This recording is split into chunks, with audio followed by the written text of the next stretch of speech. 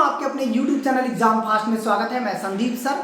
आज आप लोगों का करंट अफेयर्स की जो है महत्वपूर्ण क्लास है, जो कि लगातार न्यूज़पेपर के कंटेंट से लिया गया है। आप न्यूज़पेपर के माध्यम से जो भी करंट अफेयर्स पढ़ेंगे बहुत ही महत्वपूर्ण होगा। चलिए आज बात करते हैं आज के करंट अफेयर्स की, जो कि काफी महत्वपूर्ण है। आज का करंट अफेयर्स पहला क्वेश्चन है, देखिएगा काफी चर्चा में भी है। हाल ही में किस राज्य के महिला आयोग के अनुसार जो है सबसे ज्यादा महिला उत्पीड़न के मामले किस राज्य में देखे गए? ठीक है, महिला आयोग ने एक रिपोर्ट दिया था कि यहाँ पर देखिएगा एक रिपोर्ट के अनुसार सबसे ज्यादा जो है इस तरह के मामले किस राज्य में देखे गए, ऐसा एक रिपोर्ट के अनुसार जो है आता है। तो यहाँ पर आपको जो है कह सकते हैं उत्तर प्रदेश, दिल्ली, महाराष्ट्र, बिहार। तो इसका सही आंसर क्या हो जाएगा? उत्तर प्रदेश में जो है ये सबसे बड़ा मामला देखने को मिलता है। तो आपको याद रखना है कि सबसे ज्यादा जो है महिला से संबंधित जो घटनाएं हो रही हैं वो यूपी में हो रही हैं, और उसका कितना क्या क्या आंकड़ा है उसको थोड़ा सा हम लोग देख लेते हैं। ये देखिएगा एक आंकड़ा, एक रिपोर्ट के अनुसार यदि देखा जाए तो आयोग की रिपोर्ट के अनुसार उत्तर प्रदेश में 6470 मामले देखने को मिले थे 2023 की रिपोर्ट के अनुसार। 2023 की रिपोर्ट के अनुसार ऐसा मामला देखने को मिला। यूपी के बाद यह जो है कौन सा राज्य है? तो उत्तर प्रदेश के बाद जो है आपका दिल्ली 1113, महाराष्ट्र 762 और बिहार 584। ये उसका क्रम है महिला उत्पीड़न मामले का। ठीक है, और पूरे भारत में इस रिपोर्ट ने 2023 में पूरे भारत में 28,811 मामले देखने को मिले। तो ये आपको शॉर्ट एक पॉइंट होना चाहिए जो आपको पता होना चाहिए और काफी महत्वपूर्ण है कि उत्तर प्रदेश के बाद दिल्ली है, दिल्ली के बाद महाराष्ट्र है, महाराष्ट्र के बाद बिहार है, और ऐसे मामले देखने को मिलते हैं सबसे ज्यादा महिला उत्पीड़न के मामले। चलिए और आगे बढ़ते हैं। अगला क्वेश्चन देखिएगा। अगला क्वेश्चन हो जाएगा कि अभी हाल ही में जो है एक सांसद जिनका नाम है हनुमान बेनीवाल, इन्होंने नागौर जिला से अपना विधानसभा की सदस्यता का परित्याग किया और संसद के सदस्य बने। इनका मानना था, इन्होंने संसद में एक मुद्दा भी रख दिया कि क्या कोई जो है विधानसभा का सदस्य और लोकसभा का सदस्य दोनों रहते हुए जो है सदस्य बना रहेगा। कोई एक यदि सदस्य जीतता है तो दूसरा का जो परित्याग करना पड़ता है ऐसा न करना पड़े, ऐसा मामला आया था। तो यहाँ पर देखिए इन्होंने कहा कि विधानसभा और लोकसभा के सदस्य की अनुमति दी जानी चाहिए, मतलब कि दोनों सदन, जैसे अमेरिका में क्या है कि ये अमेरिका का एक मॉडल है, लेकिन भारत में ऐसा नहीं है। अमेरिका में दिया गया है कि वो राज्य विधानसभा का भी सदस्य रहेगा और जो है आपके सीनेट का भी सदस्य रहेगा जो लोकसभा होती है। तो अब ऐसा बात यहाँ पर रखा गया, लेकिन हमारे किस अनुच्छेद के अनुसार इसे वैध नहीं माना जाता है? हमारे अनुच्छेद के अनुसार ये दिया है एक ही सदन, मतलब एक ही सदन का जो है सदस्य होगा, चाहे वो किसी भी जो है सदस्य एक ही सदन का सदस्य होगा, ऐसा प्रावधान हमारे यहाँ संसद में बनाया गया। अब बात करते हैं कि हमारे यहाँ संसद में इस तरह के मामले इसलिए हैं कि कोई भी, चाहे वो लोकसभा का सदस्य होगा, चाहे राज्य विधानसभा का सदस्य होगा, चाहे राज्यसभा से सदस्य होगा, एक ही सदन का सदस्य होना है। किस अनुच्छेद के तहत ये वैध नहीं माना जाता है? तो इसका सही आंसर हो जाएगा 101 सेकंड। 101 सेकंड में ऐसा प्रावधान दिया गया है कि एक सदन, मतलब कि एक सदस्य एक ही सदन का सदस्य हो सकता है।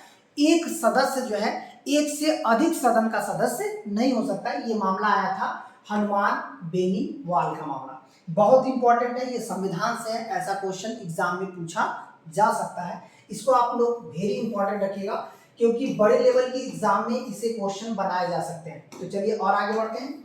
अगला क्वेश्चन हो जाएगा, हाल ही में किस संगठन द्वारा, एक संगठन है जिन्होंने त्वचा बैंक की शुरुआत की, मतलब कि यदि सीधे तौर से ये कह सकते हैं कि यदि सेना मान लीजिए कहीं आग अग्नि शमन का काम कर रही है या आग से सुलझ जाती है, तो वहाँ पे जो आग लगते हैं, जल जाते हैं, तो वहाँ पे स्किन वगैरह जो है समस्या आ जाती है, तो वहाँ पर त्वचा बैंक की स्थापना की कि वो अपनी टीम को जो है फिर से त्वचा, कह सकते हैं कि फिर से त्वचा दिया जा सकता है, नया त्वचा लगाया जा सकता है। तो ये सेना द्वारा देखिए शुरू किया गया पहला स्किन बैंक, इसे बोलते हैं त्वचा बैंक।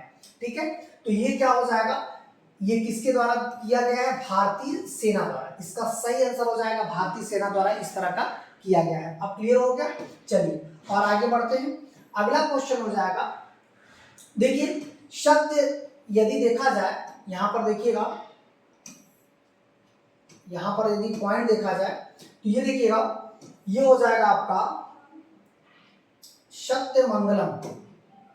सत्यमंगलम जो है बाघ एक अभ्यारण्य आपको देखने को मिलता है। ये अभ्यारण्य में जो है शेरों की संख्या लगातार वृद्धि हो रही है, इसी वजह से ये बहुत चर्चा में भी रहा है। और इस चर्चा में होने का कारण यही था कि यहाँ पर शेरों की संख्या में लगातार वृद्धि हुई। तो यह अभ्यारण्य जो है, ये सीधे तौर से हम लोग कह सकते हैं कि इस अभ्यारण्य में किस राज्य में अभ्यारण्य है, तो तमिलनाडु हो जाएगा आपका।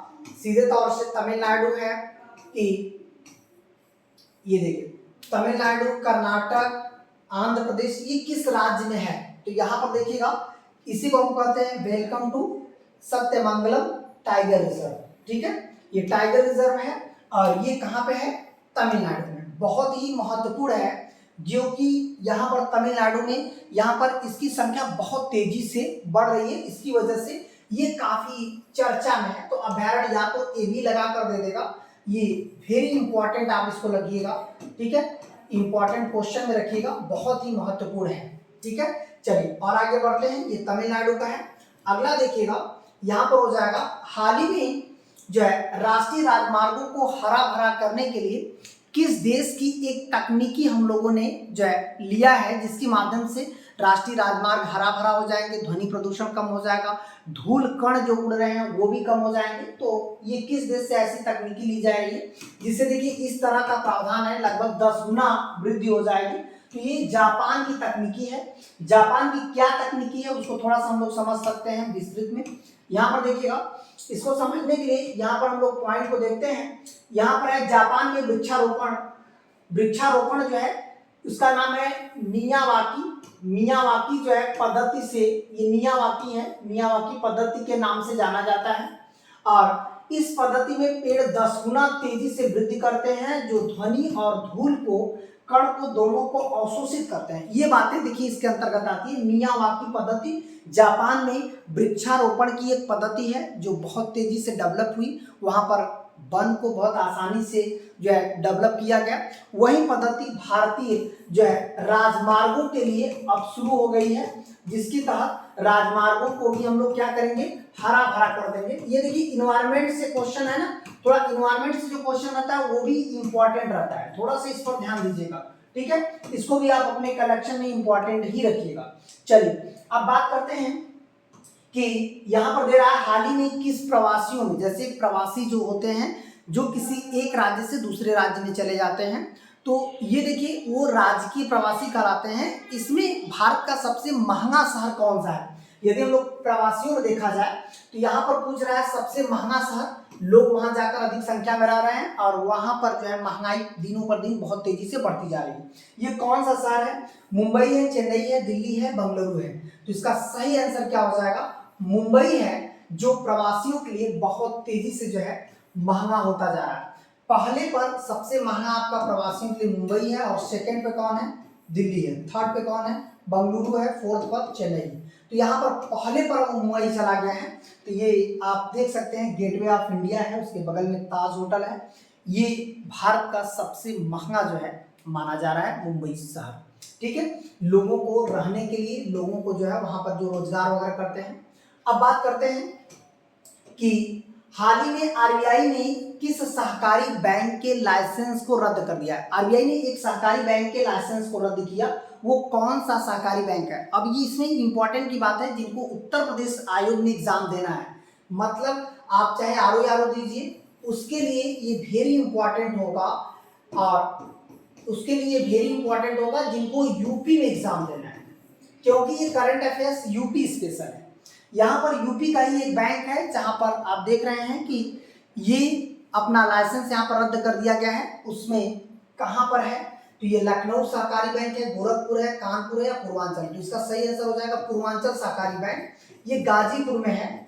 ठीक है, ये सहकारी बैंक पूर्वांचल सहकारी बैंक गाजीपुर में है, जहां पर आरबीआई ने इसके लाइसेंस को रद्द कर दिया। तो ये यूपी का देखिए गाजीपुर वाले क्षेत्र में इस बैंक को, यह बैंक अब ऋण देने योग्य नहीं था, इसके पास उतने पैसे नहीं थे और जो मानक था आरबीआई का उसके अनुसार उसके पास पैसे नहीं थे। इसी वजह से आरबीआई ने इसके लाइसेंस को क्या किया, रद्द कर दिया। इसे हम लोग बोलते हैं पूर्वांचल सहकारी बैंक। याद रखिएगा, यूपी स्पेशल के लिए बहुत ही महत्वपूर्ण आपका पॉइंट हो जाएगा। चलिए और आगे बढ़ते हैं। तो यहाँ पर हम लोग देखें, एक बात समझ में आनी चाहिए कि यूपी स्पेशल के लिए काफी महत्वपूर्ण है। यदि देखा जाए तो आज का सेशन जो है यही तक है, ठीक है। और हम लोग अगले सेशन में फिर से मिलेंगे। करंट अफेयर्स को लेकर रेगुलर करंट अफेयर्स की क्लासेस होंगी, जो महत्वपूर्ण कलेक्शन जितना होगा वो आपको दिया जाएगा। तब तक के लिए इतना ही। यदि वीडियो पसंद आती है तो सब्सक्राइब जरूर कर लीजिएगा। धन्यवाद।